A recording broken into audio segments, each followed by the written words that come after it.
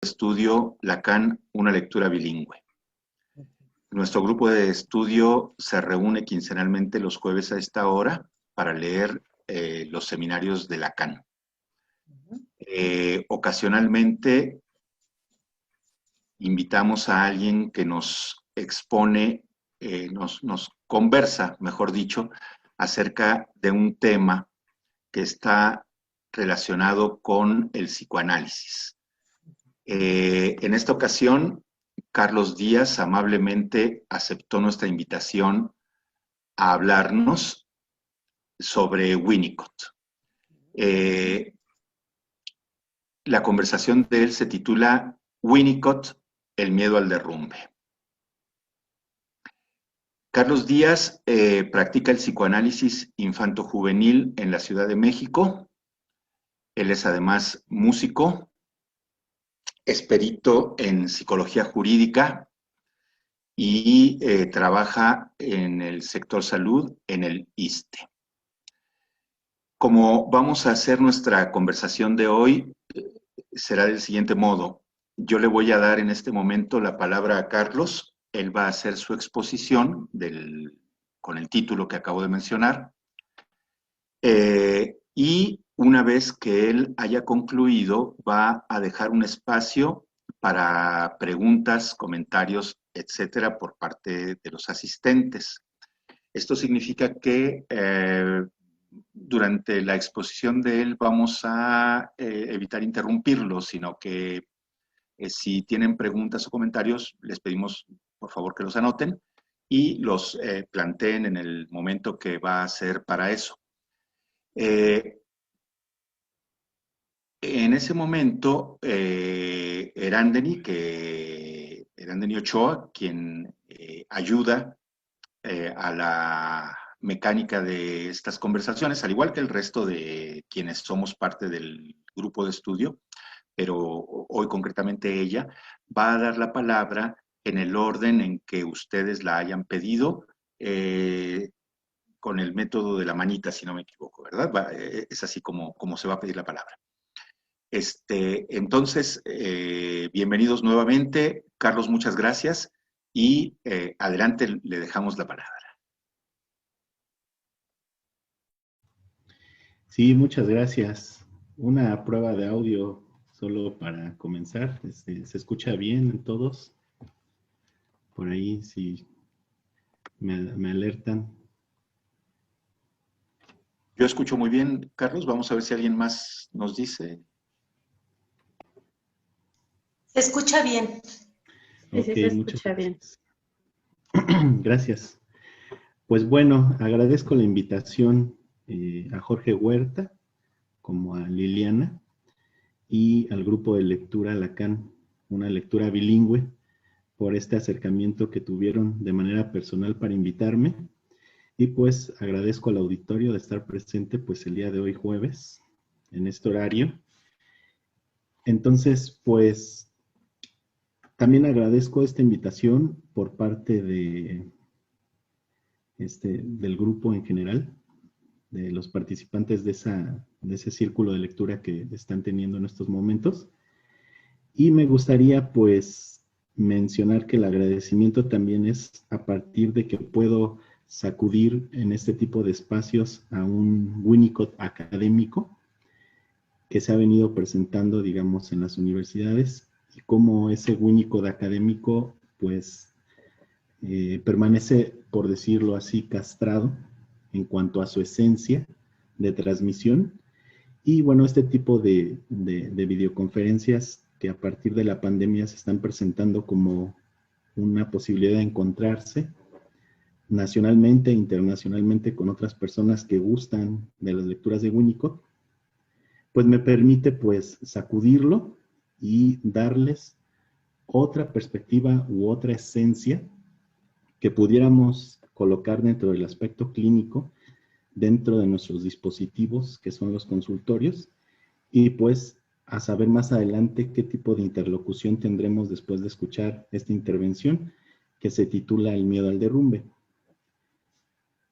Y se titula El miedo al derrumbe porque pues es un texto de Winnicott que escribió en 1963, ustedes sabrán, bueno, dos datos importantes de Winnicott. Uno, pues fue inglés, otro tuvo una formación como médico, especialidad en pediatría, y a partir de la influencia tanto de Klein como de Ernest Jones y todo pues el círculo psicoanalítico de Viena, pues Winnicott empieza a adoptar un interés por la infancia a partir de las preguntas de Anna Freud como de Melanie Klein dentro del terreno pues de la infancia. Y pues voy a iniciar esta propuesta del miedo del derrumbe a partir de dos textos principales. Uno es escrito en 1960 y que se titula pues Teoría de la relación entre progenitores e infante, y el texto de 1963, que es un artículo inédito y que es una fecha que puede ser apócrifa, que es la fecha del miedo al derrumbe de 1963. Y parto de estos dos textos porque son artículos que de alguna otra manera temporalmente se unen en un concepto clave que vendría siendo el concepto de la angustia. Justamente en el texto de Teoría de la relación entre progenitores e infante de 1960, Winnicott aborda el concepto de angustia inconcebible, es decir, perdón, una angustia que no se piensa, para pasar a un concepto de agonía primitiva en 1963 en el texto del miedo al derrumbe. Justamente este lapso de 3 años permite a Winnicott descartar semánticamente que el concepto de angustia no nos permite entender a gran rasgo o en magnitud o en esencia lo que el infante va a padecer dentro de la dependencia absoluta en la fase del sostén, y lo intercambia por el concepto de agonía primitiva, donde advierte Winnicott que el término de agonía está más ad hoc para explicar la fase del sostén, la fase del holding y la fase de la dependencia absoluta. Entonces, bueno, me voy a permitir empezar pues mi intervención advirtiendo algunos campos semánticos que se pueden malinterpretar o malversar en Winnicott. Ustedes sabrán que las obras de Winnicott aún no han sido traducidas del todo al castellano. Por ahí podemos encontrar algunos textos, pero la traducción, así como una traducción de Strachey, ¿no? En Amor Ortu, o en una obra completa tal cual, no es un trabajo que se haya hecho en Latinoamérica. Por ahí los chilenos están teniendo ese trabajo en estos momentos de la traducción de la obra completa de Winnicott. Y justamente yo creo que eso es una de las partes por las que a veces Winnicott no es bienvenido en algunos campos, porque la traducción a veces erra demasiado. Por ejemplo, por ahí podemos encontrar arbitrariamente que Winnicott pasa del concepto de bebé a infante, a infans, a niño. Entonces son 4 conceptos totalmente distintos, pero que en la traducción hay como un ir y venir, ¿no? Dentro de las traducciones puntualmente de Paidós. Entonces eso pierde la esencia bastante en Winnicott, porque saber que el infans, el infante, el bebé y el niño son conceptos distintos para Winnicott, pero que en las traducciones de Paidós hay como una homogeneización de esos conceptos y pareciera que hablara lo mismo Winnicott en esos conceptos.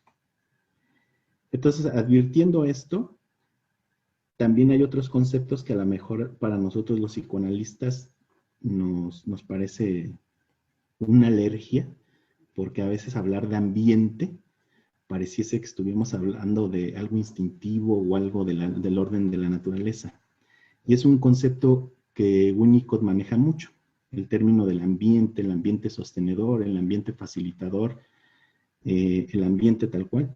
Y quizá por ahí las traducciones o el componente semántico nos puede dirigir a un lado que no tiene que ver con la esencia. Entonces, para esto, advertiré que voy a manejar la palabra infante o infans para referirme a la misma cosa en la cuestión conceptual de Winnicott. Y justamente para ello habré que pensar, definir lo que es infans, ¿no? El término francés infance, ¿no? Justamente el infans para Winnicott, pues es el que no habla, ¿sí? Es el que no habla. Entonces, en cuanto a que no habla, el exterior no aparece, el interior es difuso, no hay un empleo de signos verbales y hay un distanciamiento en la narración. Justamente el infans, el que no habla, Winnicott lo va a poner en un primer tiempo, en lo que a él le va a llamar un proyecto del existencialismo. Porque la esencia de estos dos textos para Winnicott termina siendo un proyecto para el existencialismo. Es decir, cómo el que no habla va a llegar a habitar un cuerpo para que después ese cuerpo pueda habitar un mundo. Y justo ahí está la relación con el existencialismo, justamente en el habitar, en esto que a veces podemos recordar en Heidegger, por ejemplo, el ser en el mundo, ¿no? Y la pregunta por la angustia. Entonces, Winnicott, antes de advertir que se puede llegar a habitar un mundo, la esencia de la fase del sostén se dirige puntualmente a cómo la psique va a habitar un soma. Pensando, por ejemplo, en Heidegger un poco, en esta como malversación que podemos entender en esta traducción del fondo, pareciera que el ser está ahí desde siempre y habita un mundo. Para Winnicott, antes de hablar de una continuidad del ser, va a hablar de la problemática de cómo ese infans, el que no habla, va a habitar un cuerpo. Pensando en esto, habrá que pensar que ese infans va a residir en un estado de cosas, es decir, en un estado inhóspito. Entonces, el infans que no habla está en un estado de cosas. Para ello, habrá que pensar que el grito de ese infans es lo que va a dar motilidad para que empiece a habitar ese cuerpo en un primer momento. Justo cuando hay unos espasmos guturales, palabras ensalivadas o sonidos laringeos, que viene siendo el grito, va a aparecer ahí la palabra del potencial heredado de Winnicott. Es decir, el infante llega a ser en ciertas condiciones, y esas condiciones tienen que ver con un crecimiento y un desarrollo. Pero puntualmente dice Winnicott, ese potencial heredado que tiene el infans, para que llegue a ser, debe de estar atravesado por una función. Esa función va a ser la función del cuidado materno. Muy puntualmente Winnicott lo pone así. Sí advierte Winnicott que hay una madre real, pero en este caso la madre real aún no existe para aquel que no habla. Está la función del cuidado materno, justamente ahí. Entonces, esa función del cuidado materno, junto con el infans, lo podemos ubicar, reitero, en el primer tiempo que Winnicott le va a llamar el sostén, o la fase de dependencia absoluta, lo que conocemos como holding. Entonces, estando en ese momento, hay que entender que esa dependencia absoluta realmente tiene que ver con una cuestión de conquista o un sentido colonizador. Porque hablar de absolutismo es pensar en reunir todos los poderes en una sola persona. Es una tendencia de un régimen, un nivel político. Pero para Winnicott el absolutismo tendría que ver con reunir los poderes en una sola función. que vendría siendo la función del cuidado materno.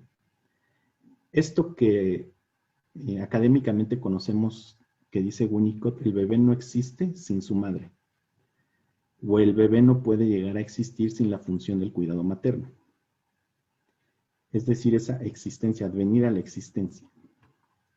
Porque en un primer momento, pues, Winnicott no le da el carácter de existencia al infante. Eso va a venir después en una dependencia relativa hasta llegar a una independencia. Estas tres fases que describe Winnicott del holding, al handling y al object presenting, que es el sostén, la manipulación y la presentación del objeto. Aquí sí habrá que detenernos y puntuar nuevamente que de lo que vamos a hablar es únicamente de la fase del sostén. Aquí nos interesa pensar las agonías primitivas. Esas agonías primitivas que en absoluto rozan o tienen relación con la angustia de castración o la angustia de separación. Para Winnicott, la persona viene aquí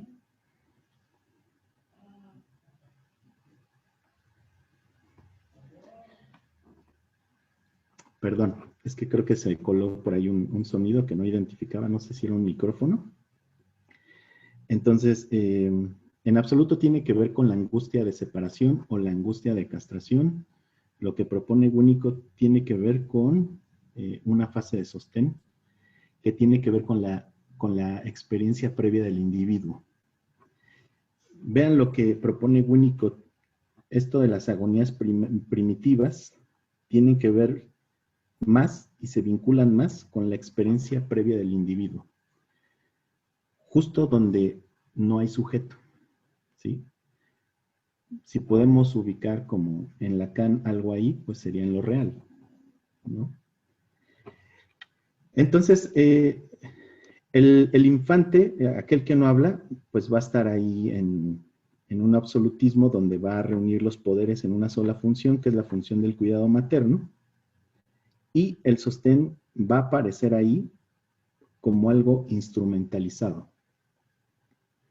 Es decir, la función del cuidado materno va a instrumentalizar a ese infante. Entonces, pensando en esto, Winnicott advierte, y cito directamente, es necesario no considerar al infante como una persona que tiene hambre y cuyos impulsos instintivos pueden ser satisfechos o frustrados, sino pensarlo como un ser inmaduro que está constantemente al borde de una angustia inconcebible. Es decir, una angustia no pensada. Por eso mencionaba la importancia de identificar ese texto en 1960, porque el término de angustia inconcebible, aquella angustia que no se piensa, va a pasar al concepto de agonía primitiva. Porque para Winnicott, por decirlo así, la angustia inconcebible va a ser algo light, ¿no? Y la agonía primitiva va a ser algo más inconmensurable, más inhóspita. Entonces, pensando en esto, vamos a ubicar que la función del cuidado materno va a tener la responsabilidad de aparecer ahí como un sostén. Winnicott tiene una evolución conceptual del término de sostén. No es algo que pueda definir en un texto, sino va, pues, elaborándolo como cualquier otro concepto. El término de represión, el término de pulsión, en Freud, pues va, pues, evolucionando semánticamente y clínicamente. Pero podemos advertir que Winnicott puede definir el sostén como aquello que incluye especialmente sostener físicamente al infante. Habla de un sostén físico, es decir, una madre embarazada, por ejemplo, desde ahí ya empieza un sostén físico. Justamente cómo ese deseo va configurando a ese infante desde que está dentro del estómago, advierte Winnicott que ya ahí hay un sostén. Clínicamente, bueno, podemos advertir que hay madres que sufren caídas constantemente, estando embarazadas, o el mismo embarazo les pesa. Justamente habría que cuestionar clínicamente de dónde viene ese deseo de sostener a ese bebé, desde la noción, por ejemplo, de la caída o del rechazo. Y advierte Winnicott que el sostén, además de incluir especialmente sostener físicamente al infante, es una forma de amar, dice Winnicott. Y es la única forma de amar en ese momento, en la fase del sostén. Entonces, en un segundo momento, Winnicott también advierte que el sostén se puede definir como aquello que protege de la agresión fisiológica, es decir, lo imprevisible. Pensemos en aquella función del cuidado materno en cuanto a la protección de la agresión fisiológica, se va a enfrentar ante lo imprevisible. ¿Qué es lo imprevisible? Dice Winnicott. Aquello que protege del tacto, aquello que protege de la temperatura, aquello que protege de la sensibilidad auditiva y visual, y aquello que protege de la sensibilidad a la caída, el miedo al derrumbe, al colapso, al quiebre. Justamente el sostén va a proteger de todo esto, trayendo, pues bueno, ejemplos no tan abstractos, pues ya sabemos que la madre, pues bueno, por medio de la caricia, se acerca a tocar la piel del infante, pues para ver si está frío, está con temperatura adecuada. Si el niño invoca a la madre, por medio de ese espasmo gutural que es el grito, pues podemos pensar que algo le pasa, ¿verdad? Pero pues la madre no sabe qué es lo que le pasa al infante en ese momento, porque la madre interpreta lo que puede estarle pasando. Puede tener frío, puede tener calor, puede tener fiebre, puede estar, se hizo del baño, puede tener hambre. Pero la madre nunca sabe lo que tiene porque es algo imprevisible, justamente porque interpreta. Y en cuanto a que interpreta, es un riesgo, dice Winnicott, que la madre interprete de manera errónea esa función del cuidado materno, que interprete de manera errónea porque puede generar una intrusión en el infante, y esa intrusión va a generar una reacción. Y esa reacción va a generar un sentimiento de aniquilación en el infante. Que me voy a ir más lento en esta parte para empezar a introducir ese sentimiento de aniquilación que nos va a llevar a esa agonía primitiva. Pero bueno, ahí está la función del cuidado materno en todo momento.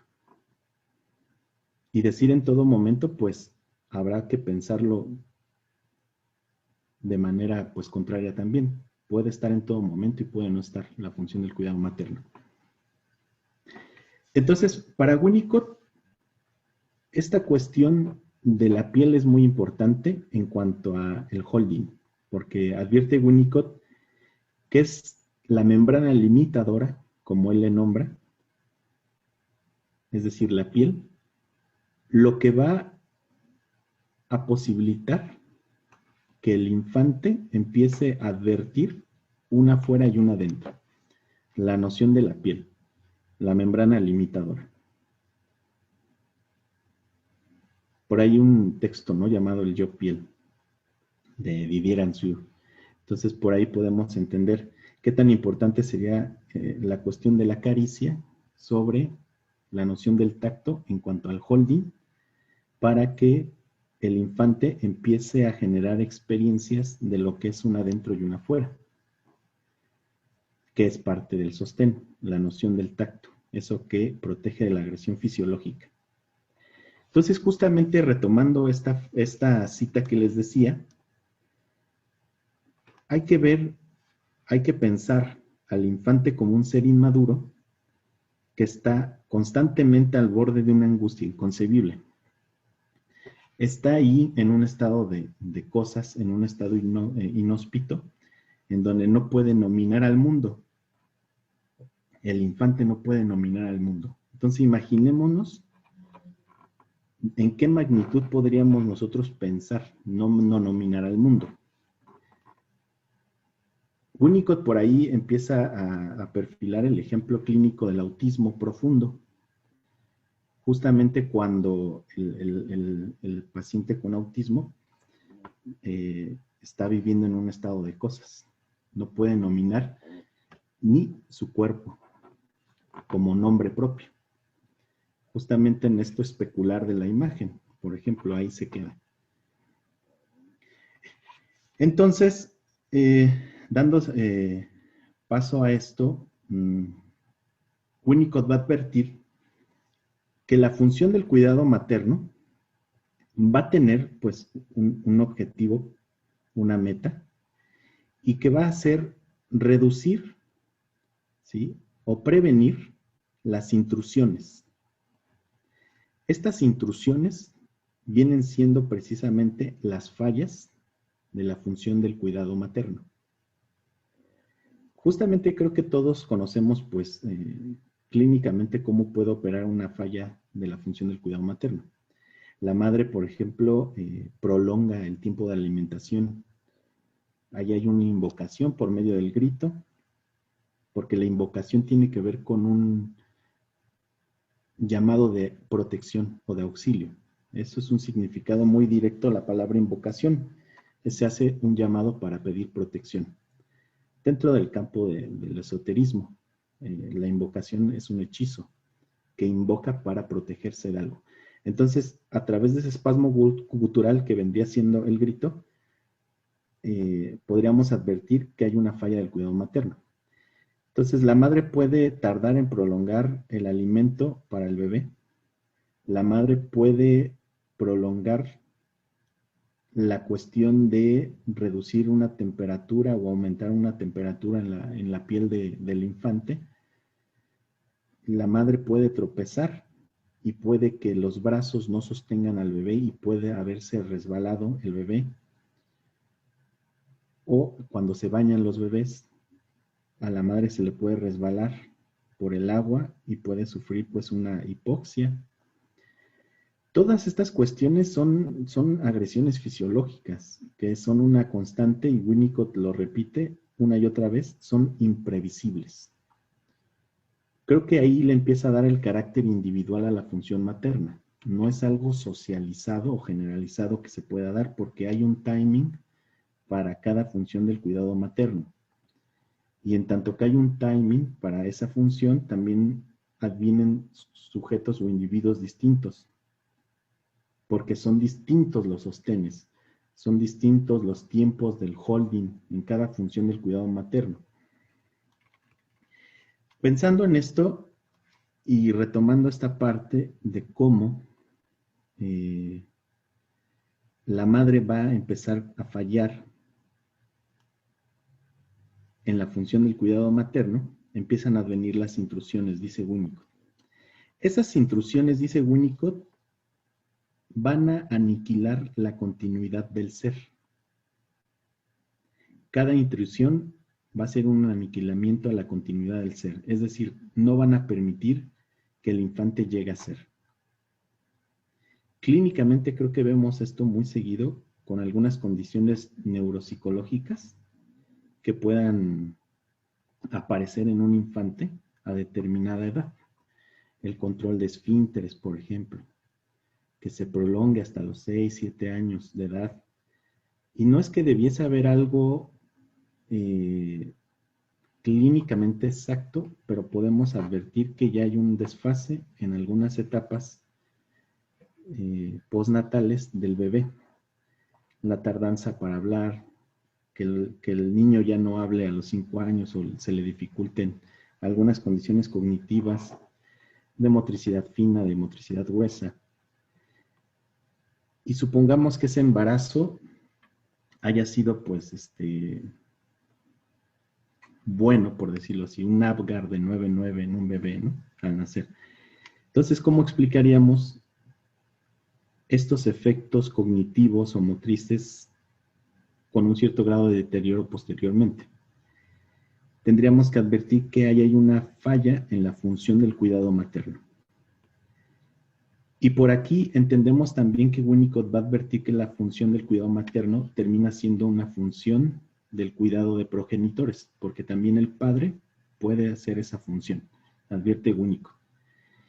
Y creo que esto también lo puntuamos para no caer en un dilema de género, en donde la madre, ¿no?, puede llegar a ser únicamente la responsable, ¿no?, en términos de género.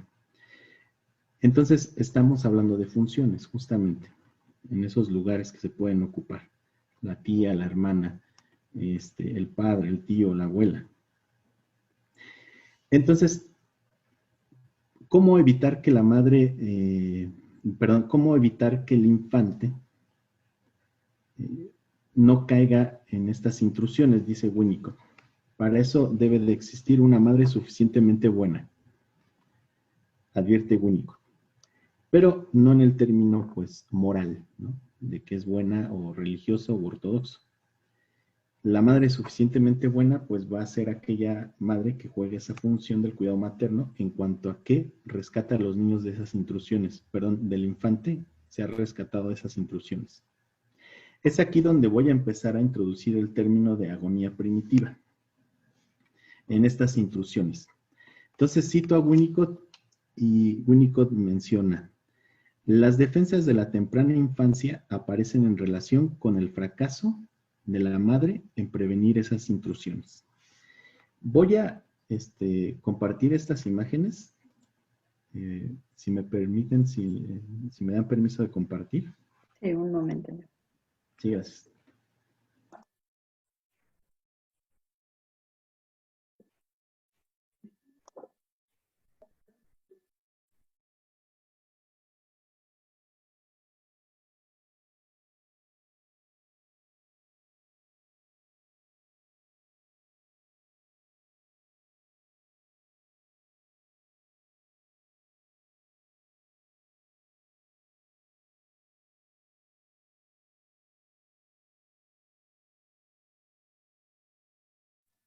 A ver, ¿listo?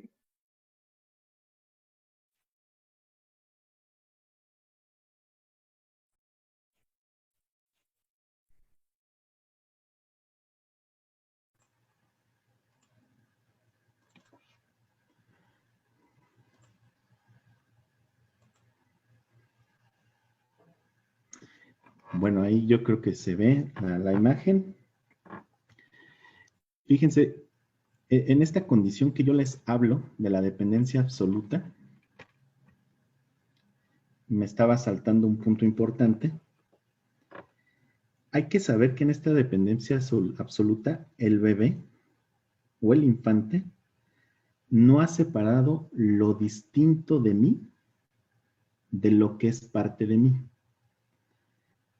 Lo voy a volver a subrayar para poder reflexionar sobre esto.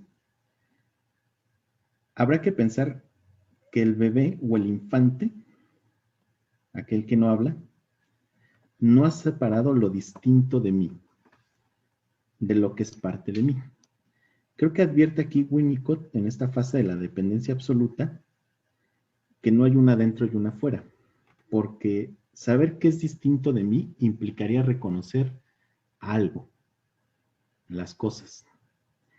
Y separarlo de lo que es parte de mí implicaría un ejercicio de introspección, saber lo que estoy yo pensando de manera subjetiva.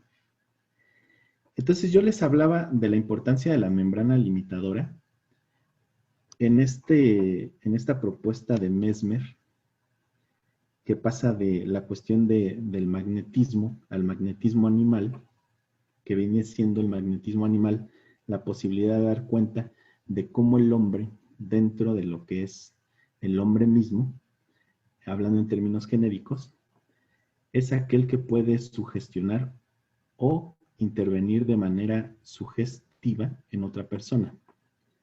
Aquí vemos una imagen de cómo las manos, en este recurso pues pictórico, pueden empezar a sugestionar a la otra persona para extraer de alguna otra manera una enfermedad de la cual se aqueja. Recuerden que Mesmer fue pues un médico y es un antecedente muy importante para hablar de la hipnosis, tanto en Viena como en París, y cómo Mesmer y la escuela mesmérica de alguna otra manera empiezan a proponer que la sugestión no estaba en la magnetita, es decir, en los imanes, sino en el hombre mismo. Y aquí vemos cómo, precisamente a través de las manos, uno puede extraer la enfermedad a partir de la sugestión de la otra persona. Y este ejercicio lo pongo, o esta imagen lo pongo porque parece ser que hay una situación mesmérica en cuanto a la madre o a la función del cuidado materno frente precisamente al infante, por lo menos en la noción de la caricia, ¿no? Esa caricia precisamente que viene a advertirle a la membrana limitadora, a la piel del infante, una posibilidad de existir. Porque en este momento el bebé no sabe que hay una madre, ¿no? Sino una cosa, porque vive en un estado de cosas. Por ahí hay una cita muy puntual de Sigmund Freud, que les voy a leer, para que pensemos dónde está ubicando la agonía primitiva a Winnicott.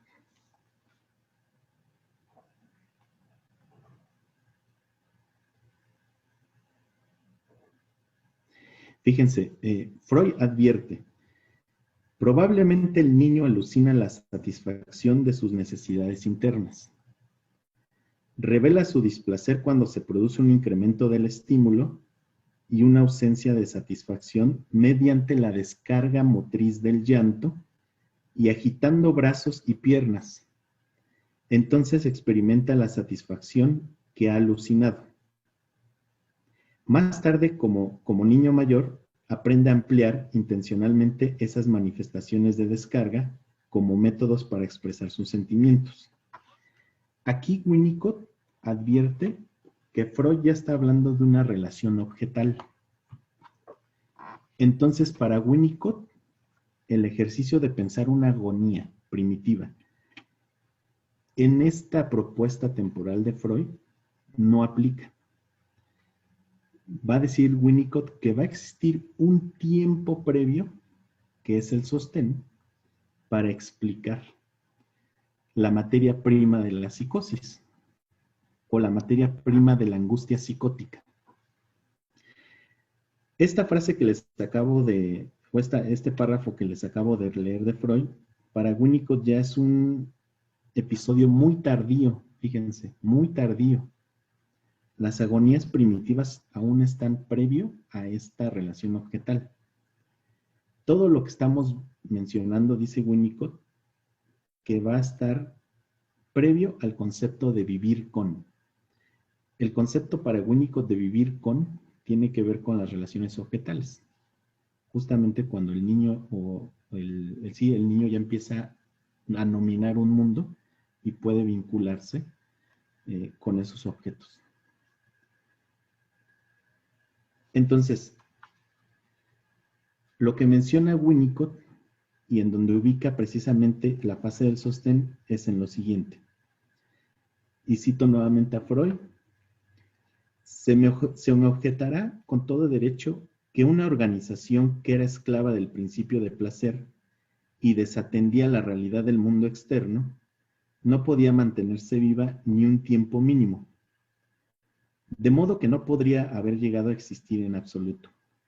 No obstante, el empleo de una ficción como esta se justifica cuando uno considera que el infante, siempre y cuando se incluya con él el cuidado que recibe de su madre, casi realiza un sistema físico de este tipo.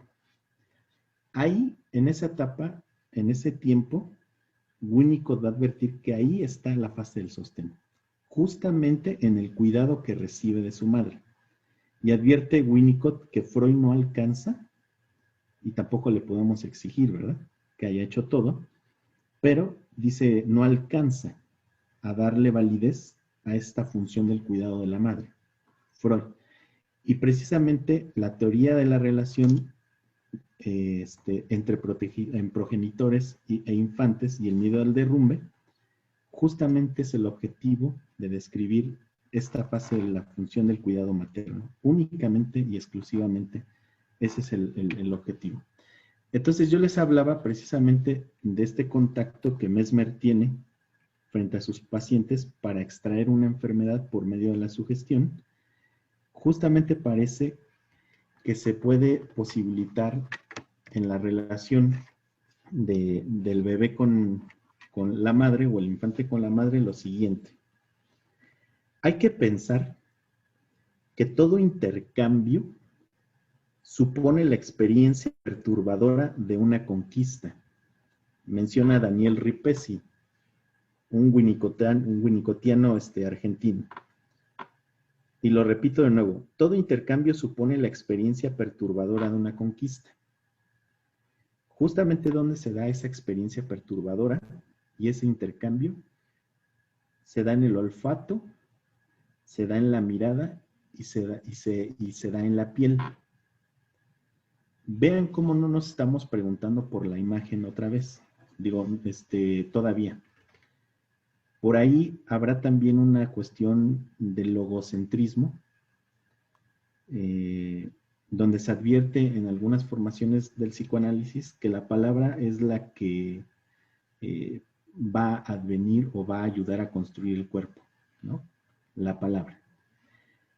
Pero en Winnicott podemos entender que en la fase del sostén, la palabra es un sustituto de la mirada, del olfato, de la audición. Previo a la palabra está el sostén. Esa función del cuidado materno.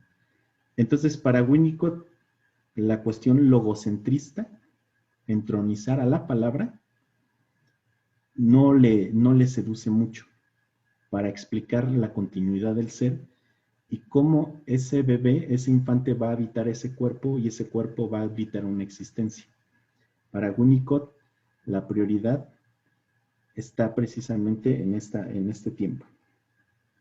Entonces, menciona Ripesi también que el acto de dar y recibir son actos marcados por la desesperación. Justamente en ese dar y recibir está totalmente la relación de progenitor-infante. Entre el infante y la función del cuidado materno se da totalmente en una experiencia perturbadora. Y se dan con actos marcados por la desesperación. Ahí podemos encontrar lo que es en esencia el sostén, un acto desesperado y una perturbación constante. Y menciona también Daniel Ripesi, el cuerpo no ofrece con total docilidad su carne al rigor de las palabras. Justamente haciendo una crítica al logocentrismo en la experiencia analítica, justamente porque habremos de hablar de la transferencia psicótica, donde en la transferencia neurótica uno interpreta, pero en la transferencia psicótica habrá que interpretar, es una pregunta, porque ahí a Winnicott se le critica por tomarle la mano a pacientes fronterizos, por ofrecer leches con galleta al inicio de las sesiones y levantarse de su asiento para echar agua a sus plantas. Habrá que pensar en esta frase de Daniel Ripesi, donde dice, el cuerpo no ofrece con total docilidad su carne al rigor de las palabras, en tanto que antes de la palabra se tiene que habitar un cuerpo sobre perturbaciones y actos marcados por la desesperación. Esa desesperación la podemos ubicar pues, en una madre real, por ejemplo. Pensando en esta cuestión de la conquista, obviamente esa relación del infante con la madre o la función del cuidado materno se va a mover en esa conquista todo el tiempo. Y por ello les puse estas imágenes para ubicar el poder del tacto indirecto, directo, que la madre puede tener sobre la piel del otro. Justamente el mesmerismo, bueno, se caracterizaba por extraer enfermedades a partir del uso de la palabra, de la sugestión y de los llamados pases, que vendrían siendo estos movimientos sobre el cuerpo, de piernas a cabezas y brazos, extremidades, cómo eso extraía la enfermedad a través de esa sugestionabilidad. Pensando en ello, también aquí está la señal de la cruz, también esta cuestión pues de la extensión del mesmerismo, perdón, previo al mesmerismo, desde la cuestión religiosa, católica, cómo había una cuestión para curar los exorcismos a través de los pases, las manos, directamente o indirectamente sobre la piel de los otros, extraían las enfermedades. Entonces, voy a detener un poco las imágenes y voy a pasar a la agonía primitiva y voy a volver a otras imágenes y a un poema de Winnicott para entender de manera personal lo que Winnicott entendía con esta cuestión de la angustia, de la agonía primitiva. Entonces, hay que pensar que el primer vínculo, pues se puede definir como una relación no material. Eso es el vínculo, ¿no? La palabra vínculo se define como una relación no material. Bueno. Entonces, El miedo al derrumbe es un texto de 1963, donde Winnicott va a advertir que el miedo al derrumbe se vincula con la experiencia previa del individuo. Entonces, ¿cómo pensar, verdad? Si puede existir una experiencia previa al individuo. Pensando en esto que propone, por ejemplo, Kant, en la Crítica a la razón pura, que menciona que para que exista un sujeto debe existir la experiencia. Entonces, ¿cómo ubicar un miedo al derrumbe, al colapso, al quiebre, a la caída, como algo que está fuera de la experiencia del individuo? Para Winnicott, precisamente el miedo al derrumbe, al colapso, va a estar fuera de aquello que llamamos experiencia. Entonces, justamente, ¿cómo hablar de un miedo al derrumbe o al colapso en un tiempo donde nosotros no estábamos? Temporalmente, pues es complicado. ¿Cómo hablar de un miedo en el cual nosotros no estábamos? Porque en tanto que no somos sujetos, no estábamos. En tanto que no había palabra, no estábamos. Y justamente ahí se complica la situación, o nos invita más bien Winnicott a reflexionar sobre la materia prima de la angustia psicótica en pacientes fronterizos. Para aquellos que han trabajado con pacientes fronterizos, sabrán que la palabra o la interpretación, aquello que a veces abusamos con el paciente neurótico en la interpretación de los sueños, del lapsus, de la psicopatología de la vida cotidiana, habrá que entrever cómo precisamente el trabajo con la angustia psicótica o la transferencia psicótica se mueve en otros sentidos, ¿no? En otras complejidades. Entonces, el miedo al derrumbe va a ser una falla de la organización de las defensas, advierte Winnicott. El derrumbe es un estado de cosas impensables. Está por debajo de la organización de las defensas. Cuando hubo un miedo al derrumbe, el yo no estaba ahí, advierte Winnicott. Cuando hay un miedo al derrumbe, la palabra ni se asomaba. Pero advierte Winnicott que clínicamente el miedo al derrumbe puede aparecer bajo transferencia frente al analista. Y justamente quienes hayan tenido contacto con pacientes fronterizos podrán advertir que el miedo al derrumbe aparece ahí, bajo transferencia. Únicamente, dice Winnicott, ahí se puede advertir. Entonces, fíjense cómo define agonía, pues, cómo se puede definir el término de agonía. Dice el diccionario de la Real Academia Española que la agonía se puede definir como un periodo de transición entre la vida y la muerte. Por eso hablábamos que el concepto de angustia inconcebible, Winnicott lo abandona porque ya no es algo que pueda adaptarse frente al miedo al derrumbe. Entonces, justamente ahí está el infante esperando, invocando a la madre para ser alimentado, y la madre prolonga esa alimentación. ¿Qué va a venir? Una agonía. Justamente el infante espera a ser cubierto con una frazada para que sea rescatado de ese frío, y la madre prolonga, o la función del cuidado materno prolonga esa protección. ¿Qué va a venir? Una agonía. Justamente cuando a la madre se le resbala por accidente el infante, va a venir una agonía. Y justamente es muy importante este término porque sí es un periodo de transición entre la vida y la muerte, ¿sí?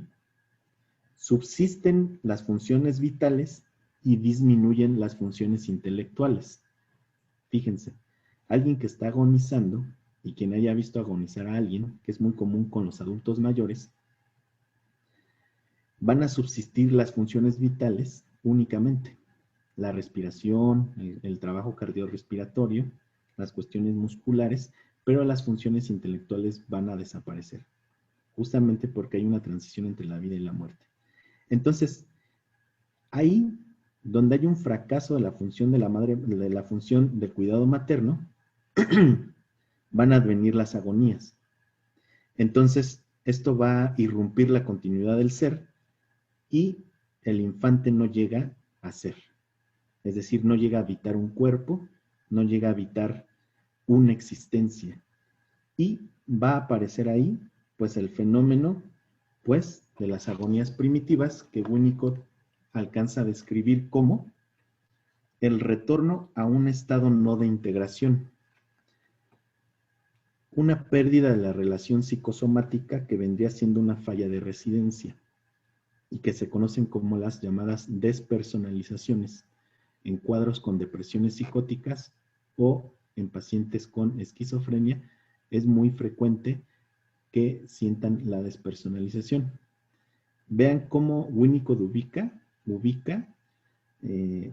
la falla de residencia en el cuerpo, como lo nombran los pacientes. No me siento en mi cuerpo. La realidad me parece grisácea, como un sueño.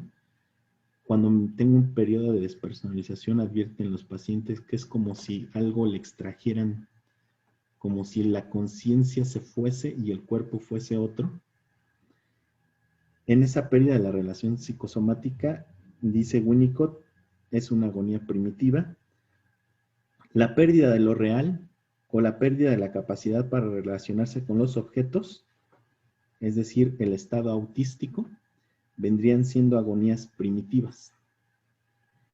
Pero pensemos precisamente cómo nacen estas agonías primitivas. Justo a partir de la falla o del fracaso de la función del cuidado materno.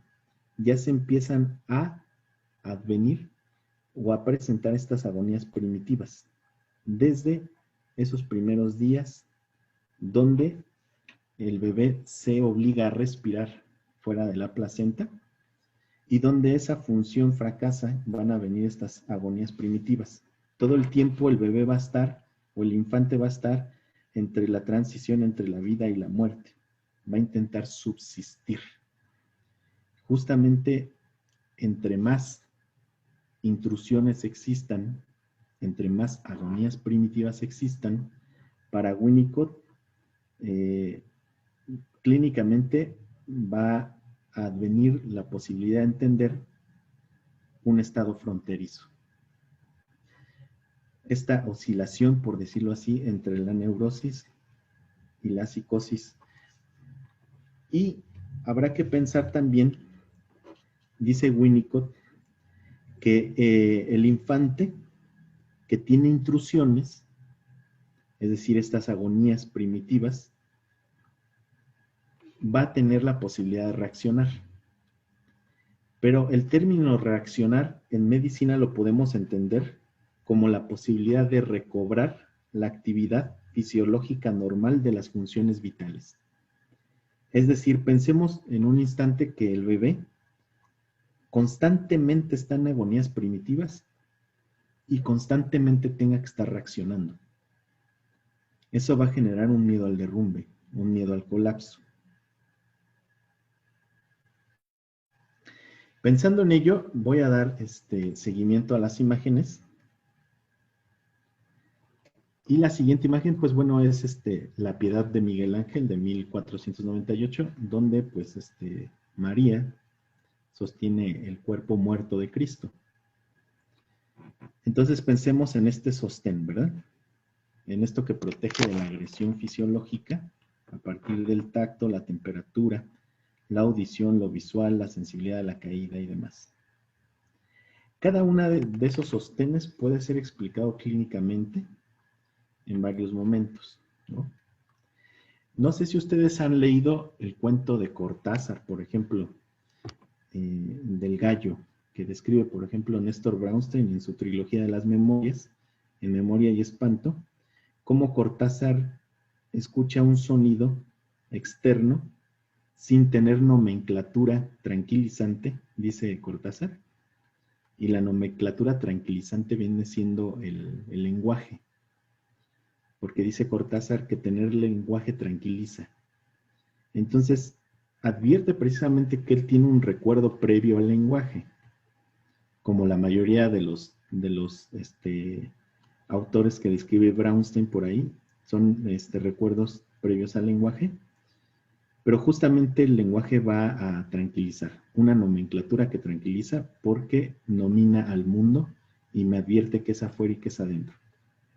Pero en ese recuerdo particular de Cortázar, pues hay una falla en la función del cuidado materno, en tanto que dice Cortázar que un gallo, el sonido de un gallo, lo trajo a la vida. Y él recuerda que empezó a llorar. Y por ahí dice Cortázar, ¿no? Que el espanto, ¿no? O sea, que la memoria surge a partir del espanto. Justamente lo que menciona también Brownstein es que la memoria surge a partir del terror. Y ese terror, quiero pensar, que puede ser ubicado a un costado del miedo al derrumbe, justamente donde están los aspectos sensoriales, fisiológicos, biológicos, de los reflejos, ese mundo biologizante, aterrador, donde vive el autista profundo, ¿no? Un estado autista, un mundo biologizante donde no hay una nomenclatura tranquilizante que vendría siendo el lenguaje para advertir qué es parte de mí y qué es distinto de mí. Y están viendo aquí la situación del sostén, en esta de La Piedad del Miguel Ángel, y empiezo a cerrar mi intervención para generar la interlocución, que me interesa escuchar como sus aportaciones. Quisiera cerrar con este poema de Winnicott del Árbol, pero bueno, previo a ello está Laurie Lipón, es una pintora norteamericana, donde estos tipos de dibujos los hace a lápiz. Ella sufrió un abuso sexual a manera temprana, ¿no? Que viene siendo entre los 4 y los 5 años, y a partir de su abuso sexual ella empieza a dibujar tempranamente en su infancia, y este es como el resultado ya de manera profesional de sus pinturas. Es una pintura de los 80, pero si el sostén pudiese ser visto, o la función de el fracaso, la falla del cuidado materno pudiera ser observada, pudiese advertir que este dibujo pues lo puede secuenciar, ¿no? En el miedo al derrumbe, considero que puede ser una pintura donde el miedo al derrumbe aparece, justo ese lagrimeo, ese espasmo gutural, el grito, y cómo precisamente ese miedo al derrumbe se vincula previa a la existencia, ¿no? Del sujeto. Entonces, pensemos en Winnicott, en este poema que está aquí presente. Es un poema de Winnicott, y sabemos que si bien Winnicott no habló de su madre, ¿verdad? Porque por ahí los winnicottianos siempre como muy troleados o bulleados porque hablamos tanto de la madre que no sabemos por dónde vaya esta cuestión, ¿no? De manera, pues, caricaturesca, porque Winnicott, al parecer con la condición social, económica y de la época que tenía, pues no pareciera que sufrió como este miedo al derrumbe, estas fallas del cuidado materno. Entonces, este texto llamado El Árbol es un poema dirigido a su cuñado James Brydon y que justamente podemos encontrarlo en el texto de Winnicott Insólito, en editorial de La Nueva Visión, pero llama muchísimo la atención porque es un que, déjenme encontrar la cita puntual.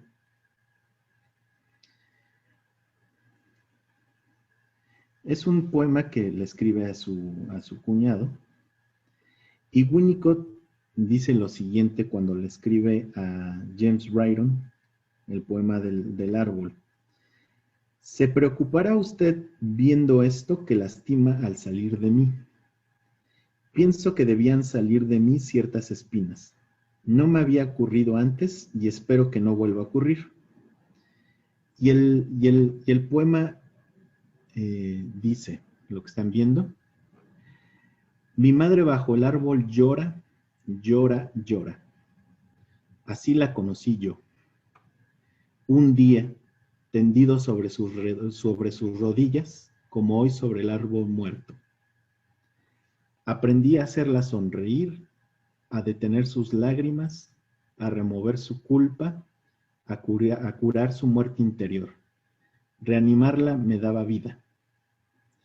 Es un poema bastante interesante, porque aquí podemos ver cómo Winnicott tuvo una falla, un fracaso en la función materna, y esto que escribe puede remitirnos precisamente a ese miedo al derrumbe, justamente en la fase del sostén, donde no hay una relación objetal, donde se vive en un estado de cosas, donde hay un distanciamiento de la narración, donde no sé qué es lo distinto de mí, de lo que es parte de mí, en un estado inhóspito, en ese mundo aterrador biologizante, donde no hay una nomenclatura que tranquilice.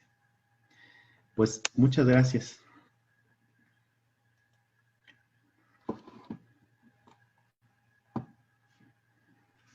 Hay aquí ya algunos comentarios, Carlos, si te parece, te los voy leyendo. Y por si gustan alguien más tomar la palabra, les agradeceríamos que fueran levantando la mano en el icono que está en la parte de participantes para que puedan también comentar. Dice Verónica, ¿hasta qué edad es necesaria la presencia de la madre suficientemente buena? Madre que da existencia al infante.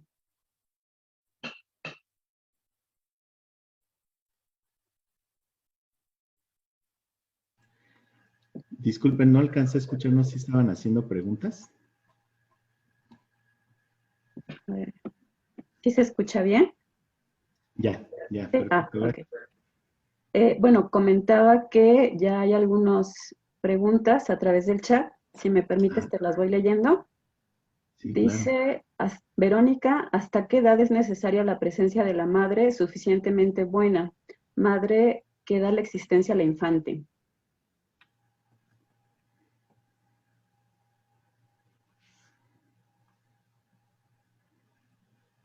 Sí, ya puedo leer la pregunta. ¿Hasta qué edad es necesaria la presencia de la madre suficientemente buena que da existencia al infante? Digo, no quiero sonar un poco contrariado, pero pensando como en la pregunta, hay dos posibilidades de describir a Winnicott, porque también está el aspecto de la madre suficientemente mala, ¿no? Entonces, Winnicott precisamente advierte que no estamos como en una lógica cronológica o lineal de pasado, presente o futuro. Precisamente porque Winnicott quiere alejarse de ese aspecto biologicista. O sea, está apostando por una propuesta psicoanalítica. Entonces, esto lo menciono porque ubicar cronológicamente como una edad en la que la madre suficientemente buena pueda aparecer ahí, no sería posible porque justamente Winnicott menciona que la función del cuidado materno, en esencia, es lo imprevisible. Es decir, el bebé es imprevisible, el infante es imprevisible. No sabemos cuándo va a llorar, cuándo va a tener hambre, cuándo va a tener frío y qué tiempo va a tomarla esa función, a esa madre, a advenir, ¿no? A ese llamado, a esa invocación. Porque ahí se atraviesa, dice Winnicott, otro tema muy amplio que viene siendo el ambiente sostenedor o el ambiente facilitador, que vendría siendo la madre real. Y en la madre hay un deseo. Obviamente el deseo de la madre no lo sabemos cuál es. En esta condición clínica que, bueno, muchos tenemos, sabemos que hay madres que en momentos, pues bueno, no desean alimentar al bebé, no desean cargar al bebé. Ahí podremos encontrar, dice Winnicott, una madre desvitalizada, una madre muerta, ¿no? Aquella que no desea. Entonces yo creo que hablar de una madre suficientemente buena y preguntarnos hasta dónde es una cuestión pues imprevisible. Hay otra pregunta de Efraín Guzmán. Es, ¿la posibilidad de reaccionar significa entonces subsistir a la agonía, al derrumbe, a través de un movimiento que lleva al infante a sujetarse al objeto?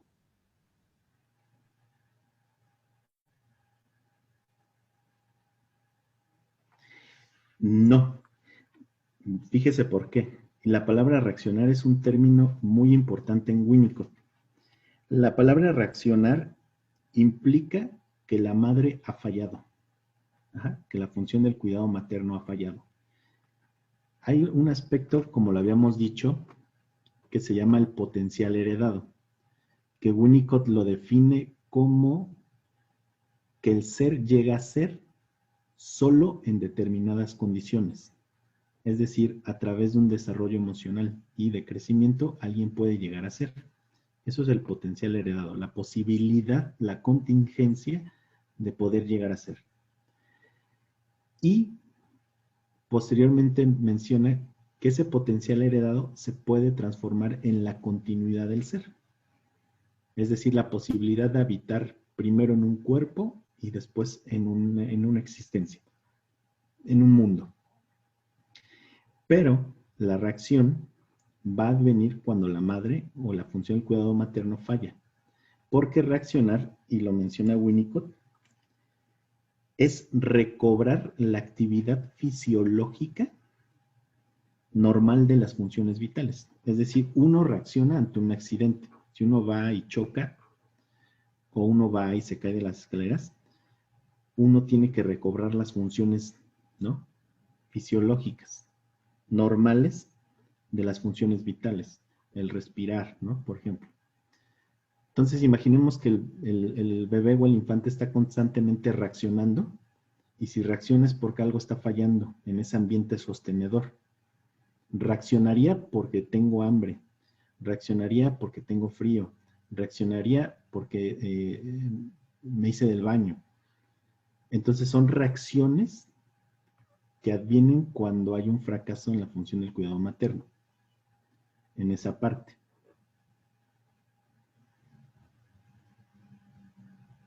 Y sumado a esto, estoy leyendo la pregunta, sumado a esto, la agonía primitiva advendría a partir de que el infante está reaccionando a esas funciones fracasadas, a ese fracaso de la función materna. Ahí advendría la agonía, después de reaccionar.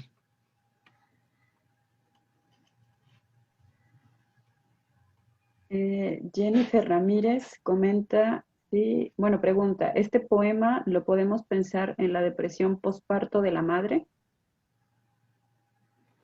Sí, constantemente sí.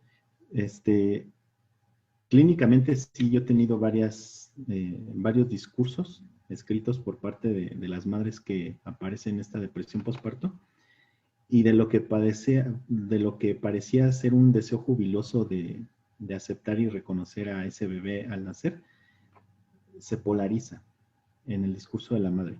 Me da asco, menciona. No puedo sostenerlo. No puedo vestirlo. Ahí totalmente un fracaso en la función del cuidado materno. Y es a partir de la pregunta, pues, del deseo de la madre, ¿no? ¿Cómo opera ahí el deseo de la madre? Pero justamente, al parecer, sí, porque Winnicott, la pregunta sería, ¿de dónde habrá venido esta inspiración para ese poema de Winnicott? Precisamente de ese tiempo posterior del nacimiento, donde puede haber una depresión postparto en la madre.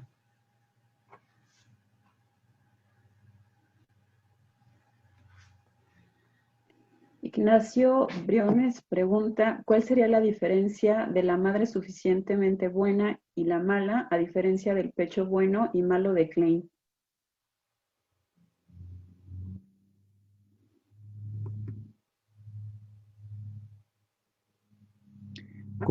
Yo creo que ubicar nuevamente los tiempos.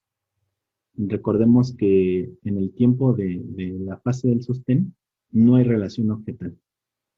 Eso hay que subrayarlo mucho. No hay relación objetal. Entonces, ya cuando Klein habla del pecho bueno y el pecho malo, ya hay una relación objetal, que sería un tercer tiempo para Winnicott. Es holding, sostén, handling, manipulación y object presenting, que es la presentación del objeto. La presentación del objeto, ya estamos hablando del pecho bueno y el pecho malo, en Melanie Klein.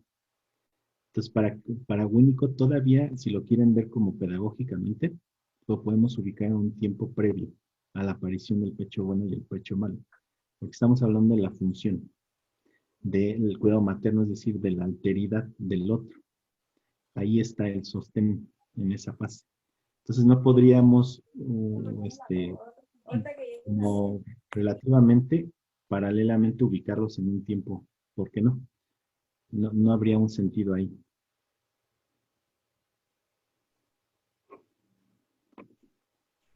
Hay un comentario de Joyce Parra Rosas, dice, trabajo con familiares de personas desaparecidas.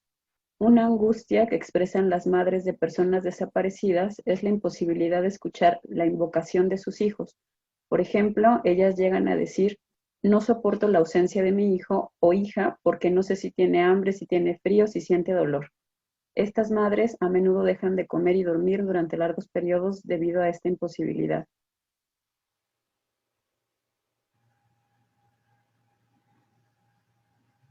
Bastante interesante el comentario. Sí, sería un recurso para pensarlo, ¿eh? Se me ocurre como esto de que yo ahí escucharía en términos winnicottianos, a una madre suficientemente buena, ¿no? Queriendo como interesarse en el hambre y en el frío y en el dolor, pero a partir de la ausencia. Sí, es muy, muy interesante lo que acaba de mencionar. Yo me lo llevo para comentarlo. Muchas gracias.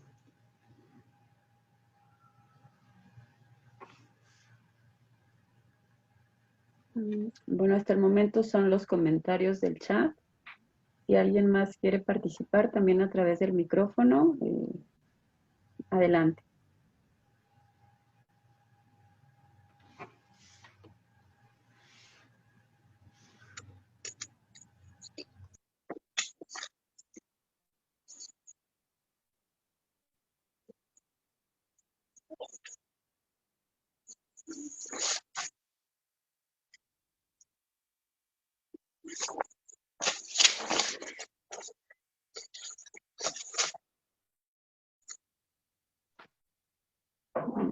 Betty, no sé si quieres participar.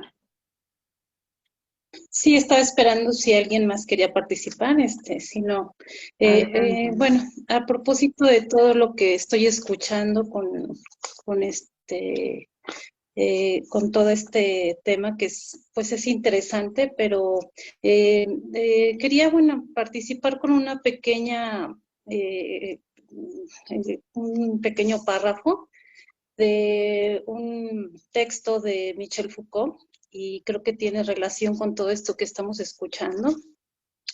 Dice así: en fin, la procedencia se enraiza en el cuerpo, se inscribe en el sistema nervioso, en el aparato digestivo, mala respiración, mala alimentación, cuerpo débil y abatido respecto al cual los progenitores han cometido errores. Cuando los padres cambian los efectos por la causa, creen en la realidad del más allá o plantean el valor de lo eterno, es el cuerpo de los niños quien sufrirá las consecuencias.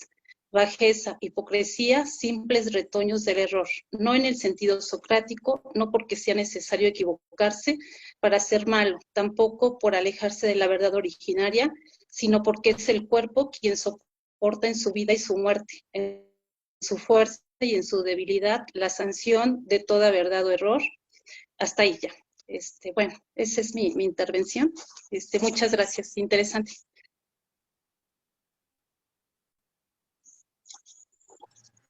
Muchas gracias, Beatriz.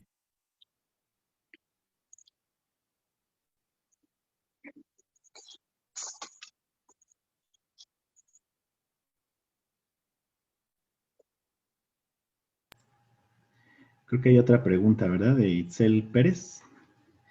Si aún no existe sujeto, ¿se puede hablar de miedo al derrumbe? ¿Cómo llegó a Winnicott esta idea? A esta idea. Sí, recordemos que el miedo al derrumbe está vinculado previo a la experiencia del individuo. Y obviamente el derrumbe hay una cuestión semántica en la traducción, porque puede ser miedo al colapso, miedo al quiebre, miedo a la caída. ¿De dónde llegó, bueno, cómo llegó a Winnicott esta idea? Pues en la clínica, con pacientes fronterizos. Justamente cuando los pacientes fronterizos empiezan a aparecer con el miedo a la muerte, cuando los pacientes fronterizos empiezan a aparecer con condiciones de vacío, de no residir en un cuerpo, por ejemplo, las fallas de residencia, que son de lo más común en pacientes fronterizos, no se hallan en sus cuerpos, no conocen sus cuerpos, incluso en estas autolesiones ya desbordadas, como puede ser un cutting bastante fuerte y profuso, y hay una cuestión y una pregunta por la piel, en donde en ellos no aparece la pregunta por su cuerpo. Oye, estás dañando tu cuerpo, estás afectando tu cuerpo. Entonces no hay una pregunta sobre el cuerpo y la piel. Entonces, también el miedo a la caída, ¿no? Literal. Entonces, recordemos que Winnicott menciona que el miedo al derrumbe va a ser materia prima de angustias psicóticas. No dice de la psicosis, ¿eh? No dice de la psicosis, dice, va a ser la materia prima de la angustia psicótica. Entonces, esa angustia psicótica clínicamente se ve con pacientes fronterizos, justamente. Entonces, de ahí precisamente Winnicott, al igual que Freud, clínicamente, pues podemos advertir que de ahí proviene. Además de que al inicio del texto del miedo al derrumbe, menciona él, y cito, mis experiencias clínicas me han llevado en los últimos tiempos a una nueva comprensión, según creo, el del significado del miedo al derrumbe. Y casi al terminar el texto, Winnicott advierte que la futilidad del análisis es lo que lo llevó precisamente a entender el miedo a la muerte en pacientes, el significado del miedo a la muerte, el significado del vacío y el significado de la no existencia. Son tres ejes donde Winnicott se cuestiona sobre el miedo al derrumbe.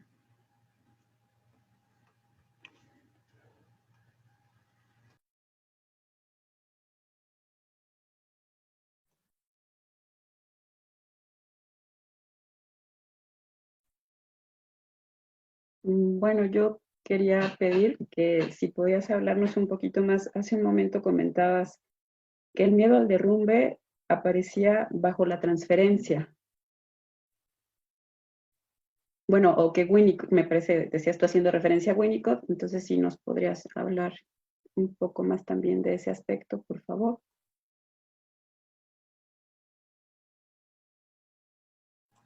Sí, claro. nada más quien habló, es por ahí su nombre, es que no la ubico. Erandeni. Ya, perdón, sí, gracias. Bueno, hablar de la transferencia es una posibilidad de acceder al miedo al derrumbe. Justamente porque, ¿cómo decirlo? A ver, vamos a iniciar con este tema. Winnicott advierte que la transferencia neurótica no va a ser la transferencia psicótica, porque la transferencia psicótica para Winnicott la ubica más en el terreno del estado fronterizo, con pacientes fronterizos. Entonces, justamente ahí donde el paciente acude al consultorio y tiene algo que Winnicott va a llamar miedo al derrumbe, es decir, una pregunta por la no existencia, una pregunta por el vacío o un miedo a la muerte, justamente ahí dice Winnicott que ese miedo habrá que advertirle al paciente ya tuvo lugar. El paciente fronterizo viene con un periodo con un episodio de despersonalización y aparece una agonía primitiva. Pensemos en esto que hemos estado repitiendo. No me siento en mi cuerpo, ¿no? Y aparece una amenaza de aniquilación.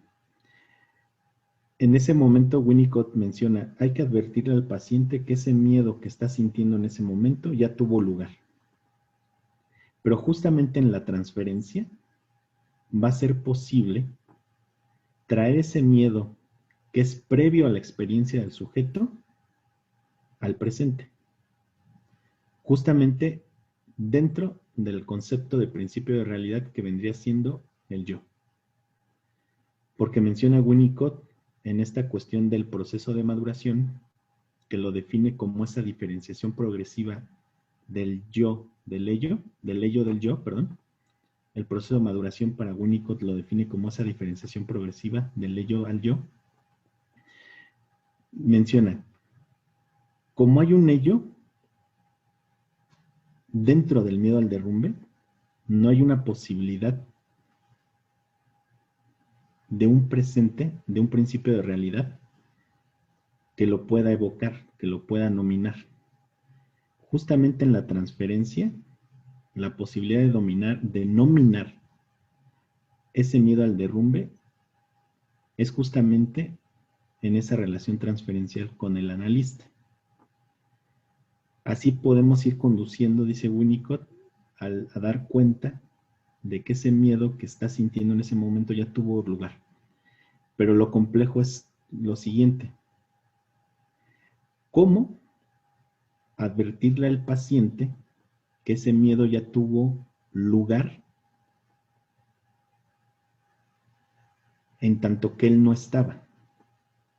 Es lo complejo en la temporalidad, es decir, ¿cómo hablar de un miedo, de una sensación de un miedo, como puede ser la agonía primitiva, en un presente donde ese miedo no estábamos, donde en ese miedo no estábamos, porque no había sujeto para nominarlo? Entonces la única posibilidad de nominarlo es a través de la transferencia, frente al analista, dice Winnicott.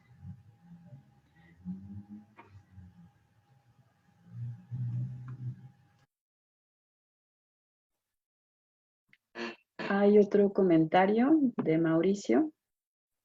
Dice, muy interesante, entonces traer al presente eso que no está en el ámbito de la experiencia implicaría justamente hacerlo experimentable. Experienciable, porque experimentable sería como ponernos muy conductuales, muy conductistas y pensar ahí, ¿no? En un experimento. Experienciable, justo, eso que mencionó Mauricio, es justo lo que trabaja Winnicott en la clínica fronteriza. Exactamente y puntualmente lo que acaba de escribir Mauricio. Exactamente.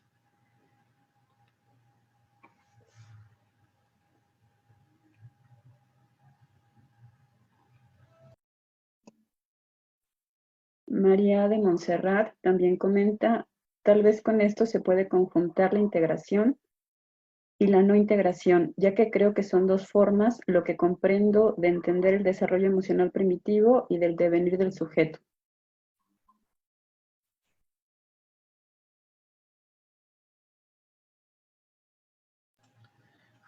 Voy a leerlo otra vez. Tal vez con esto se pueda conjuntar la integración y la no integración. Ya creo que son dos formas a lo que comprendo de entender el desarrollo emocional primitivo y del devenir del sujeto. Sí, precisamente Winnicott menciona que pasamos de un estado no integrado a un estado de integración. Esto es muy importante lo que acaba de decir María de Montserrat, porque por ahí hay una malversación de que Winnicott advierte que existe un yo al principio.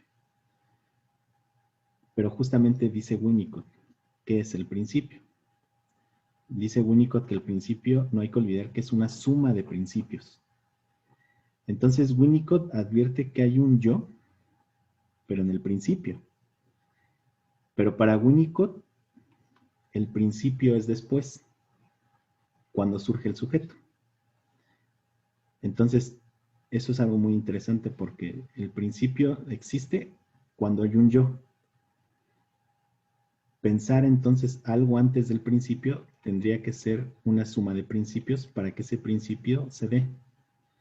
Y tiene que ver con este estado de integración, perdón, de no integración a un estado de integración, donde justamente cuando hay una integración va a venir el devenir del sujeto.